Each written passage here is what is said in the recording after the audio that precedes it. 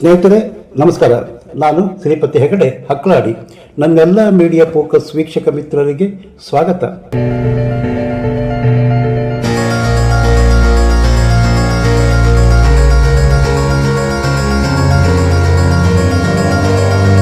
ಎರಡು 2026 ಕ್ಯಾಲೆಂಡರ್ ವರ್ಷ ಜ್ಯೋತಿಷಿಗಳ ಪ್ರಕಾರ ಪ್ರಕೃತಿ ವಿಕೋಪ, ಮಳೆ, ಬೆಂಕಿ, ಅನಾಹುತ, ಯುದ್ಧ, ಅತಿವೃಷ್ಟಿ, ಅನಾವೃಷ್ಟಿ, ನಾಶ ಎಲ್ಲ ಅಪಸವ್ಯಗಳದ್ದೇ ಪಟ್ಟಿ ಕಾಣ್ರಿ. ಇದು ಬಹುಶಃ ವಾಸ್ತವ ಅಲ್ಲ, ಸತ್ಯ. ಚುನಾವಣೆ ನಡೆಯೋದು, ಇದು ಚುನಾವಣೆ ಪರ್ವ. ಆದರೆ ಜ್ಯೋತಿಷಿಗಳ ಭವಿಷ್ಯವಾಣಿ ಯಾವುದಾದ್ರೂ ಘಟನೆ ನಡೆದ ನಂತರ ಹೋಲಿಕೆ ಮಾಡಿ ನೋಡೋದು. ಹಾಗಂತ ಬಹುಶಃ ನಡೆಯುತ್ತೋ ಬಿಡುತ್ತೋ. ಆದರೆ ದೇಶದಲ್ಲಿ 2026 ಚುನಾವಣೆ ಸಾಲು ನಡೆಯೋದಂತೂ ಪಕ್ಕ. ಹಾಗಂತ ಇದೇನು ಹೊಸತೇನಲ್ಲ. ಒಂದಲ್ಲ ಒಂದು ಕಡೆ ದೇಶದಲ್ಲಿ ಚುನಾವಣೆ ನಡೀತಾನೇ ಇರುತ್ತೆ. 365 ದಿನವೂ ನಡೆಯುವ ಚುನಾವಣೆ. ಹಾಗಂತ ದಿನ ಸಾಯೋರಿಗೆ ಯಾರು ಹೇಳ್ತಾರೆ? ದೇಶದ ಆರ್ಥಿಕ ಹೊರೆ, ಅಭಿವೃದ್ಧಿ ಕುಂಠಿತ, ಹೀಗೆ ಹಲವು ಅಪಸವ್ಯಗಳ ಆಗರ ಆಗಿದ್ದರೂ ಪರಿಹಾರ ಕಂಡುಕೊಳ್ಳಲಾಗ್ತಾ ಇಲ್ಲ. ನಮ್ಮ ಆಳವರು ಆಯ್ಕೆ ಮಾಡೋಕ್ಕೆ ನಮ್ಮದೇ ತೆರಿಗೆ ಹಣ ಖರ್ಚು ಮಾಡಲಾಗುತ್ತೆ, ಕಾಲಕ್ಕೆ ತಕ್ಕಂತೆ ಕೋಲ. ಆದರೆ ನಾವಿನ್ನೂ ಅಪ್ಪನೆಟ್ಟ ಆಲದ ಮರಕ್ಕೆ ಜೋತು ಬಿದ್ದಿದ್ದೇವಲ್ಲ. ಬದಲಾವಣೆ ಜಗದ ನಿಯಮ, ಆದರೆ ಚುನಾವಣೆ ವ್ಯವಸ್ಥೆ ಯಾಕೆ ಬದಲಾಗಬಾರದು? ಹಿಂದೆ ಲೋಕಸಭೆ, ವಿಧಾನಸಭಾ ಚುನಾವಣೆ ಏಕಕಾಲದಲ್ಲಿ ನಡೀತಾ ಇತ್ತು. ರಾಷ್ಟ್ರಪತಿ ಆಡಳಿತ, ಅವಿಶ್ವಾಸ ನಿರ್ಣಯ, ಸಮಯದ ಬದಲಾವಣೆ ಆದಂತೆ ಚುನಾವಣೆ ದೇಶದಲ್ಲಿ ನಡೆಯುವ ಮಾಮೂಲು ಪ್ರಕ್ರಿಯೆಯಾಗಿ ಬದಲಾಗಿದೆ. ಒನ್ ನೇಷನ್ ಒನ್ ಎಲೆಕ್ಷನ್ ಅಂದರೆ ಪ್ರಾದೇಶಿಕ ಪಕ್ಷಗಳು ಬೆಂಕಿ ಉಗುಳುತ್ತಾರೆ. ಸ್ವಾತಂತ್ರ್ಯಕ್ಕಾಗಿ ಹೋರಾಡಿದ ಪಕ್ಷ ಅಂತ ಕ್ರೆಡಿಟ್ ತೆಗೆದುಕೊಳ್ಳುವ ಪಕ್ಷಕ್ಕೂ ಒನ್ ನೇಷನ್ ಒಂದು ಎಲೆಕ್ಷನ್ ಅಂದರೆ ಭಯ. ಕಾರಣ ಸಿಂಪಲ್ಲು, ಕಾಂಗ್ರೆಸ್ ರಾಷ್ಟ್ರೀಯ ಪಕ್ಷ ಆದರೂ ಪ್ರಾದೇಶಿಕ ಪಕ್ಷಗಳೇ ಆಕ್ಸಿಜನ್. ಹಾಗಾಗಿ ಅವರ ತಾಳಕ್ಕೆ ಕಾಂಗ್ರೆಸ್ ಹೆಜ್ಜೆ ಹಾಕಬೇಕು. 2026 ವರ್ಷ ಅಂದರೆ ದೇಶದ ರಾಜಕೀಯಕ್ಕೆ ಟರ್ನಿಂಗ್ ಪಾಯಿಂಟ. ಪಶ್ಚಿಮ ಬಂಗಾಳ, ಅಸ್ಸಾಂ, ತಮಿಳುನಾಡು, ಕೇರಳ, ಕರ್ನಾಟಕದಲ್ಲೂ ಸ್ಥಳೀಯ ಸಂಸ್ಥೆ ಚುನಾವಣೆ. ಒಂದೇ ವರ್ಷದಲ್ಲಿ ಒಂದೆರಡು ವಿಧಾನಸಭೆ ಚುನಾವಣೆಯೂ ನಡೆಯಬಹುದು. ಮತ್ತೊಂದೆಡೆ ಪಂಚಾಯಿತಿ, ನಗರಸಭೆ, ಪಾಲಿಕೆ. ಈ ಗೊಂದಲದ ಮಧ್ಯೆ ಕೇಂದ್ರ ಸರ್ಕಾರದ ದೊಡ್ಡ ಘೋಷಣೆ, ಒಂದು ರಾಷ್ಟ್ರ ಒಂದು ಚುನಾವಣೆ. ಇದು ಅಭಿವೃದ್ಧಿ ಮಂತ್ರವ, ಅಧಿಕಾರ ಕೇಂದ್ರೀಕರಣದ ತಂತ್ರವ? ಮತ್ತು ಕಾಂಗ್ರೆಸ್ ಒಳಗೆ ಮತ್ತೊಂದು ಯುದ್ಧ ಶುರುವಾಗುತ್ತಾ? ಪ್ರಿಯಾಂಕಾ ಅಖಾಡಕ್ಕಿಳಿದರೆ ಕಾಂಗ್ರೆಸ್ಸಿಗೆ ಲಾಭ ಆಗುತ್ತಾ? ರಾಹುಲ್ ಗಾಂಧಿ ಸ್ಥಾನ ಏನು? ನೋಡೋಣ ಬನ್ನಿ.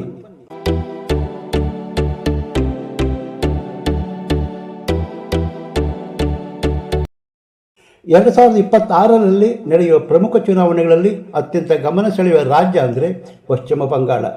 Mamata Didi versus BJP. ಅಸ್ಸಾಂ, ಹಿಮಂತ್ ಬಿಸ್ವ ಶರ್ಮಾ ಸರ್ಕಾರದ ಅಗ್ನಿ ಪರೀಕ್ಷೆ. ತಮಿಳುನಾಡು, DMK ಸರ್ಕಾರದ ಮರುಪರೀಕ್ಷೆ. ಇದರ ಜೊತೆಗೆ ವಿಜಯನ್ ಪಕ್ಷ ಬೇರೆ, DNK BJP ಹೊಂದಾಣಿಕೆ ಒಂದು ಕುತೂಹಲ ಅಂತೂ ಮೂಡಿಸಿದೆ. ಆದರೆ ಇವಾಗ ಸ್ಟೇರಿಂಗ್ ಹಿಡಿದಿರೋದು ಹಿಂದೆ ಏನು ಅಧಿಕಾರ ನಡೆಸ್ತಾ ಇತ್ತು DMK, ಅದಕ್ಕೆ ಸಿಗುವ ಸಾಧ್ಯತೆ ಹೆಚ್ಚು ಅಂತ ಸಮೀಕ್ಷೆಗಳು ಹೇಳ್ತಾ ಇದೆ. Kerala LDF versus UDF. ಇದರ ಜೊತೆಗೆ ಅನೇಕ ರಾಜ್ಯಗಳಲ್ಲಿ ಸ್ಥಳೀಯ ಸಂಸ್ಥೆ ಚುನಾವಣೆ. ಕೇಂದ್ರ ಸರ್ಕಾರದ ಯೋಜನೆಗಳು, ಬಜೆಟ್ಟು, ಅಭಿವೃದ್ಧಿ ಎಲ್ಲವೂ ಚುನಾವಣೆ ಮೂಡಲ್ಲಿ. ಅಂದರೆ ದೇಶ ಯಾವಾಗಲೂ ಚುನಾವಣೆ ಮೂಡಲ್ಲೇ ವ್ಯಯ ಮಾಡುವ ಅನಿವಾರ್ಯತೆ. ಒನ್ ನೇಷನ್ ಒನ್ ಎಲೆಕ್ಷನ್ ಯಾಕೆ ಮಹತ್ವ ಅಂದರೆ, ಕೇಂದ್ರ ಸರ್ಕಾರ ಹೇಳುವ ಲಾಜಿಕ್ಕು ಪದೇ ಪದೇ ಚುನಾವಣೆ, ಆಡಳಿತ ಸ್ಥಗಿತ, ಪ್ರತಿ ಚುನಾವಣೆಗೆ ಸಾವಿರಾರು ಕೋಟಿ ವೆಚ್ಚ, ಭದ್ರತಾ ಪಡೆ, ಅಧಿಕಾರಿಗಳ ಮೇಲೆ ಒತ್ತಡ, ಮತದಾರರಿಗೆ ನಿರಂತರ ಮತಕೇಂದ್ರಕ್ಕೆ ಹೋಗೋ ಕಿರಿಕಿರಿ. ಇದು ವಾಸ್ತವ ಸತ್ಯವೂ ಹೌದು. ನೀತಿ ಸಮ್ಮತೆ ಅದು ಇದು ಹಾಳು ಮೂಳು ಅಂತ ಆಡಳಿತ ಅಂತ ನಿಷ್ಕ್ರಿಯ ಆಗುತ್ತೆ. ದೇಶ ಚಲನಶೀಲ ಆಗದಿದ್ದರೆ ಅಭಿವೃದ್ಧಿ ಹೊಂದುತ್ತಿರುವ ದೇಶಕ್ಕೆ ಪೂರಕ ಅಲ್ಲ. ನಿಂತರೆ ಅಭಿವೃದ್ಧಿ ಸಹಿತ ನಿಲ್ಲುತ್ತೆ. ಒಂದೇ ಬಾರಿ ಚುನಾವಣೆ ನಡೆದರೆ ನಿರಾತಂಕ. 5 ವರ್ಷ ನಿರಂತರ ಆಡಳಿತ, ಅಭಿವೃದ್ಧಿ ಯೋಜನೆಗೆ ವೇಗ, ಚುನಾವಣಾ ವೆಚ್ಚ ಕಡಿತ, ರಾಜಕೀಯ ಗೊಂದಲಕ್ಕೂ ಬ್ರೇಕ್.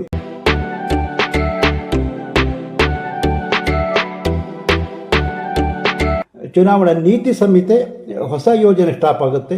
ಅಧಿಕಾರಿಗಳು ರಾಜಕೀಯ ಒತ್ತಡದಲ್ಲಿ ದೇಶದ ಯಾವುದೇ ಒಂದು ಭಾಗದಲ್ಲಿ ಯಾವಾಗಲೂ ಇದೇ ಸ್ಥಿತಿ ಕಾಣ್ರಿ. ಒಮ್ಮೆ ಚುನಾವಣೆ ಸಾಧ್ಯವಾ? ದೊಡ್ಡ ಪ್ರಶ್ನೆ, ಭಾರತ ಸಂವಿಧಾನ ಏನು ಹೇಳುತ್ತೆ? ಲೋಕಸಭೆ 5 ವರ್ಷ, ವಿಧಾನಸಭೆ 5 ವರ್ಷ. ಆದರೆ ಸರ್ಕಾರ ಬಿದ್ದರೆ, ಅವಿಶ್ವಾಸ ನಿರ್ಣಯ ಬಂದರೆ ಎಲ್ಲ ಸರ್ಕಾರಗಳ ಅವಧಿ ಒಂದೇ ಸಮಯಕ್ಕೆ ಹೊಂದಿಸುವುದು ಸುಲಭವೂ ಅಲ್ಲ. ಸಂವಿಧಾನ ತಿದ್ದುಪಡಿ, ರಾಜ್ಯಗಳ ಒಪ್ಪಿಗೆ, ರಾಜಕೀಯ ಸಮನ್ವಯ ಅಂದರೆ ಇದು ಕೇವಲ ಘೋಷಣೆಯಲ್ಲ, ಒಂದು ರೀತಿಯಲ್ಲಿ ರಾಜಕೀಯ ಯುದ್ಧವೂ ಹೌದು.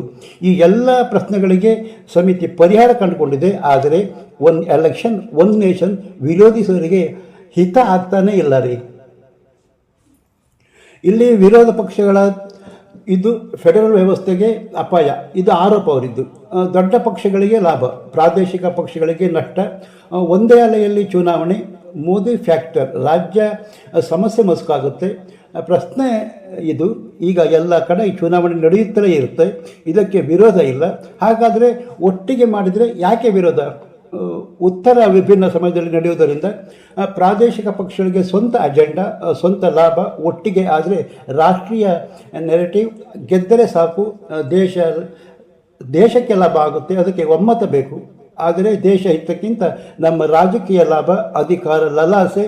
ಒನ್ ನೇಷನ್ ಒನ್ ಎಲೆಕ್ಷನ್ ಸುಲಭದ ತುತ್ತಂತೂ ಅಲ್ಲ. ಇನ್ನು ಇಂಡಿ ಕೂಟ ಒಗ್ಗಟ್ಟಾಗಿದೆಯಾ ಅಂತ ಕೇಳಿದರೆ, ವಿರೋಧ ಪಕ್ಷಗಳಿಗೆ BJP ಕೆಳಗಿಳಿಸುವುದೇ ಅಜೆಂಡಾ. ಕೇಂದ್ರದಲ್ಲಿ BJP ಇಳಿಸೋಕ್ಕೆ ಒಗ್ಗಟ್ಟು. ಆದರೆ ರಾಜ್ಯ ಸ್ಥಳೀಯ ಚುನಾವಣೆಗೆ ನಾವು ಬೇರೆ ನೀವು ಬೇರೆ. ಆರಂಭದಲ್ಲಿ ಎಲ್ಲ ಪಕ್ಷಗಳು ಕುಚುಕು ಫ್ರೆಂಡು, ಒಂದೇ ಎಲೆಯಲ್ಲಿ ಊಟ ಅಂದರು. ಪ್ರಾದೇಶಿಕ ಚುನಾವಣೆ ಅಂದರೆ ನಮ್ಮ ಎಲೆಯೇ ಬೇರೆ, ನಿಮ್ಮ ಎಲೆಯೇ ಬೇರೆ. ಪಶ್ಚಿಮ ಬಂಗಾಳದಲ್ಲಿ ಮಮತಾ ದೀದಿ ಕಾಂಗ್ರೆಸ್ಸಿಗೆ ಹಚ ಅಂದರೆ, ತಮಿಳುನಾಡಲ್ಲಿ ಕಾಂಗ್ರೆಸ್ ಮೈತ್ರಿ ಅನಿಶ್ಚಿತ. ಅಸ್ಸಾಂ ಕೂಡ ಅಪಸವ್ಯದಿಂದ ಹೊರತಾಗಿಲ್ಲ. ಸದ್ಯ ಕೇರಳದ ಮೇಲೆ ಕಾಂಗ್ರೆಸ್ ಭರವಸೆ ಇಟ್ಕೊಂಡಿದೆ. ಆದರೆ ಕಾಂಗ್ರೆಸ್ಸಿನಲ್ಲಿ ನಾಯಕತ್ವದ ಕೂಗೆದ್ದಿದೆ. ರಾಹುಲ್ ಗಾಂಧಿ ಫೇಲ್ಯೂರು, ಪ್ರಿಯಾಂಕಾ ಬರಬೇಕು. ಕಾಂಗ್ರೆಸ್ ಒಳಹಕಲಕ್ಕೆ ರಾಹುಲ್ ಪ್ರಿಯಾಂಕಾ ಕಾಂಗ್ರೆಸ್ ಇಬ್ಬಾಗ ಮಾಡ್ತಾರ? ಮತ್ತೊಂದು ವಿಭಜನೆ ಕಡೆ ಕಾಂಗ್ರೆಸ್ ಹೊರಡುತ್ತಾ? ಗೊತ್ತಿಲ್ಲ ಕಣ್ರಿ.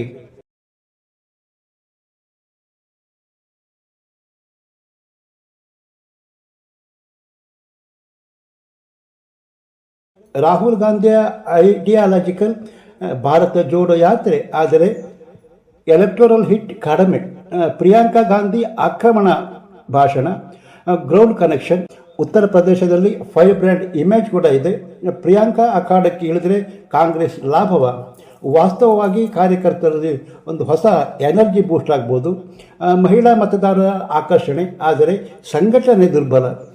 ನಿರ್ಧಾರ ಗೊಂದಲ. ರಾಹುಲ್ ಪ್ಲಸ್ ಪ್ರಿಯಾಂಕಾ = ಶಕ್ತಿ. ಆದರೆ ರಾಹುಲ್ ವರ್ಸಸ್ ಪ್ರಿಯಾಂಕಾ ಆದರೆ ಅದು ಗೊಂದಲ, ಕಾರ್ಯಕರ್ತರಲ್ಲೂ ದ್ವಂದ್ವ ಹುಟ್ಟಿಸುತ್ತೆ. ಹಾಗಂತ ಉತ್ತರ ಪ್ರದೇಶ ಚುನಾವಣೆ ಪ್ರಿಯಾಂಕಾ ನಾಯಕತ್ವದಲ್ಲಿ ನಡೆದಿತ್ತು. ಆದರೆ ಕಾಂಗ್ರೆಸ್ ಸಂಪಾದನೆ ಶೂನ್ಯ. ನಾನು ಇಂದಿರಾ ಗಾಂಧಿ ಪೊಡೆಯೊಚ್ಚು, ಮೂಗು ಹಾಗೂ ಇದೆ ಕಾಣ್ರಿ. ಇಂದಿರಾ ಹಾಗೆ ಕೂದಲು ಬೆಳ್ಳಗಾದರೆ ಓಟ್ ತರಲ್ಲ ರೀ. ಈಗ ಗಾಂಧಿ ಹೆಸರು ಓಟ್ ತರೋ ಪರಿಸ್ಥಿತಿಯಲ್ಲಿಲ್ಲ. ಕಾಲಚಕ್ರ ತಿರುಗಿದೆ. ಹಳೆ ಪಾಲಿಸಿ ಕುಟುಂಬ ಹೆಸರು ಓಟ್ ತರುವ ಸ್ಥಿತಿಯಲ್ಲಂತೂ ಇಲ್ಲವೇ ಇಲ್ಲ. ಇನ್ನು ಮೈತ್ರಿ ವಿಷಯಕ್ಕೆ ಬಂದರೆ, NDA ಇಂಡಿ ಕೂಟ ಮೈತ್ರಿಯ ಭವಿಷ್ಯ ನೋಡಿದರೆ ದೊಡ್ಡ ಸವಾಲಿದೆ. ಇನ್ನು ಮೈತ್ರಿ ವಿಷಯಕ್ಕೆ ಬಂದರೆ, ಮೈತ್ರಿಯ ಭವಿಷ್ಯ ನೋಡಿದರೆ ದೊಡ್ಡ ಸವಾಲೇ ಇದೆ ರೀ. ಶೀಟ್ ಶೇರಿಂಗ್ ಕಗ್ಗಂಟು, ನಾಯಕತ್ವ ಪ್ರಶ್ನೆ, ಒಟ್ಟಿಗೆ ಚುನಾವಣೆ ಅಂದರೆ ಒಂದೇ ಪ್ರಧಾನಿ ಮುಖ, ಒಂದೇ ಅಜೆಂಡಾ, ಒಂದೇ ಕತೆ ಇರಬೇಕು. ಆದರೆ ಏನು ಮಾಡೋದು? ಇಂಡಿ ಕೂಟ ಈಗಾಗಲೇ ಗೊಂದಲದಲ್ಲಿ. ಒಟ್ಟಿಗೆ ಚುನಾವಣೆ ಬಂದರೆ ಪರೀಕ್ಷೆ ಇನ್ನೂ ಕಠಿಣ. 2026 ಚುನಾವಣೆ ಕೇವಲ ರಾಜ್ಯಗಳಲ್ಲ, ಭಾರತದ ರಾಜಕೀಯ ದಿಕ್ಕು ತಿರುಗಿಸುವ ವರ್ಷ. ಒನ್ ನೇಷನ್ ಒನ್ ಎಲೆಕ್ಷನ್, ಅಭಿವೃದ್ಧಿಯ ದಾರಿ ಅಥವಾ ಅಧಿಕಾರದ ಏಕಾಧಿಪತ್ಯ. ಕಾಂಗ್ರೆಸ್ ಒಗ್ಗಟ್ಟಾಗ್ತದ ಅಥವಾ ಒಳ ಜಗಳದಲ್ಲಿ ಮುಳುಗ್ತದ? ಉತ್ತರ ಕೊಡೋದು ಮತದಾರ.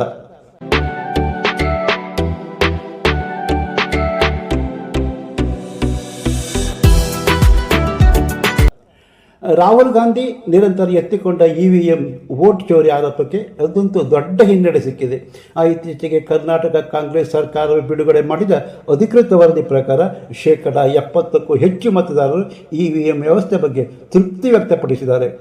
ಕ್ಲೀನ್ ಚೀಟ್ ಅಥವಾ ವೋಟ್ ಮ್ಯಾನಿಪ್ಯುಲೇಷನ್ ಬಗ್ಗೆ ಜನರಲ್ಲಿ ಗಂಭೀರ ಅನುಮಾನವಿಲ್ಲ ಎಂಬುದು ವರದಿ ಸ್ಪಷ್ಟಪಡಿಸಿದೆ. ರಾಹುಲ್ ಸುಳ್ಳು ಹೇಳುತ್ತಿದ್ದಾರೆ, ಜನರ ದಿಕ್ಕು ತಪ್ಪಿಸ್ತಾರೆ ಎನ್ನುವುದಕ್ಕೆ ಇದಕ್ಕಿಂತ ಬೇರೆ ಸಾಕ್ಷಿ ಬೇಕಾ?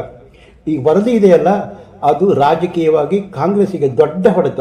ಒಂದೆಡೆ ರಾಹುಲ್ ಗಾಂಧಿ EVM ವಿರುದ್ಧ ದೇಶವ್ಯಾಪಿ ಆರೋಪ ಮಾಡುತ್ತಿದ್ದರೆ, ಮತ್ತೊಂದೆಡೆ ಕಾಂಗ್ರೆಸ್ ಆಡಳಿತದ ರಾಜ್ಯವೇ EVM ವಿಶ್ವಾಸಾರ್ಹತೆ ಬಗ್ಗೆ ಸಾರ್ವಜನಿಕವಾಗಿ ದೃಢೀಕರಣ ನೀಡಿದೆ. ಇದರಿಂದ ಕಾಂಗ್ರೆಸ್ ವಾದವೇ ತನ್ನ ಕಾಲಿಗೆ ತಾನೇ ಗುಂಡು ಹೊಡೆದುಕೊಂಡಂತೆ. ಆರೋಪ ರಾಜಕೀಯ ಅಸ್ತ್ರವಾಗಬೇಕಿತ್ತು, ಆದರೆ ಅದು ಕಾಂಗ್ರೆಸ್ ಒಳ ವಿರೋಧ ಮತ್ತು ಗೊಂದಲ ಬಹಿರಂಗಪಡಿಸಿದೆ. ವೋಟ್ ಚೋರಿ ಎಂಬ ಗಂಭೀರ ಆರೋಪ ಜನ ಸ್ವೀಕರಿಸಬೇಕಾದರೆ ಅದಕ್ಕೆ ಸಾಕ್ಷಿ, ಪ್ರಕರಣ, ಮರುಮತದಾನ ಅಥವಾ ನ್ಯಾಯಾಂಗ ದೃಢೀಕರಣ ಬೇಕಾಗುತ್ತೆ. ಆದರೆ ಕರ್ನಾಟಕದ ವರದಿ ಎಲ್ಲ ವಾದ ದುರ್ಬಲಗೊಳಿಸಿದೆ. ರಾಜ್ಯದ CM, DCM ಕೊಟ್ಟ ಪ್ರತಿಕ್ರಿಯೆ ಪರಿಣಾಮಕಾರಿಯಾಗಂತೂ ಇಲ್ಲವೇ ಇಲ್ಲ.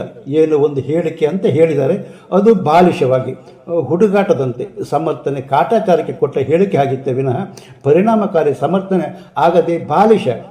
ರಾಹುಲ್ ಗಾಂಧಿ ಎತ್ತಿದ ವಿಷಯ ಮತವಾಗಿ ಪರಿವರ್ತನೆಯಾಗದೆ ಕಾಂಗ್ರೆಸ್ ರಾಜಕೀಯ ನೊಗೋರ್ ಮುಂದೆ ಎಡವಿ ಬಿದ್ದ ಸ್ಥಿತಿ. 2026ರಲ್ಲಿ ಪಶ್ಚಿಮ ಬಂಗಾಳ, ಅಸ್ಸಾಂ, ತಮಿಳುನಾಡು, ಕೇರಳ ವಿಧಾನಸಭೆ ಚುನಾವಣೆ, ಹಲವಾರು ರಾಜ್ಯಗಳಲ್ಲಿ ಸ್ಥಳೀಯ ಸಂಸ್ಥೆ ಚುನಾವಣೆಯೂ ನಡೆಯಲಿದೆ. ಈ ನಡುವೆ ಕೇಂದ್ರ ಸರ್ಕಾರ ಮುನ್ನೆಲೆಗೆ ತಂದ ಒನ್ ನೇಷನ್ ಒನ್ ಎಲೆಕ್ಷನ್ ಯೋಜನೆ ಯಾಕೆ ಮಹತ್ವ ಪಡೆಯುತ್ತೆ? ಪದೇ ಪದೇ ನಡೆಯುವ ಚುನಾವಣೆಗಳಿಂದ ಅಭಿವೃದ್ಧಿ ಕುಂಠಿತವಾಗ್ತಿದೆಯೇ? ಒಮ್ಮೆ ಚುನಾವಣೆ ನಡೆಸುವುದು ಭಾರತದಲ್ಲಿ ಸಾಧ್ಯವಾ? ವಿರೋಧ ಪಕ್ಷಗಳು ಇದಕ್ಕೆ ವಿರೋಧಿಸೋದೇಕೆ? ಇದೇ ವೇಳೆ ಕಾಂಗ್ರೆಸ್ ಒಳಗೆ ರಾಹುಲ್ ಗಾಂಧಿ, ಪ್ರಿಯಾಂಕಾ ಗಾಂಧಿ ರಾಜಕೀಯ ಚರ್ಚೆ. ಇಂಡಿ ಮೈತ್ರಿಯ ಭವಿಷ್ಯ, 2026 ಚುನಾವಣೆ ರಾಜಕೀಯ ಪರಿಣಾಮ ಏನಾಗಲಿದೆ? ನಿಮ್ಮ ಅಭಿಪ್ರಾಯ ಕಾಮೆಂಟ್ ಮಾಡಿ. ವಿಡಿಯೋ ಇಷ್ಟವಾದರೆ ಮೀಡಿಯಾ ಫೋಕಸ್ ಚಾನಲ್ ಸಬ್ಸ್ಕ್ರೈಬ್ ಮಾಡಿ, ಲೈಕ್ ಹಾಗೂ ಶೇರ್ ಮಾಡೋದು ಮರೆಯಬೇಡಿ. ಮತ್ತೊಂದು ಹೊಸ ವಿಷಯದೊಟ್ಟಿಗೆ ನಿಮ್ಮ ಮುಂದೆ ಬರುತ್ತೇನೆ. ಅಲ್ಲಿಯ ತನಕ ನಮಸ್ಕಾರ. ಜೈ ಕರ್ನಾಟಕ, ಜೈ ಹಿಂದ್.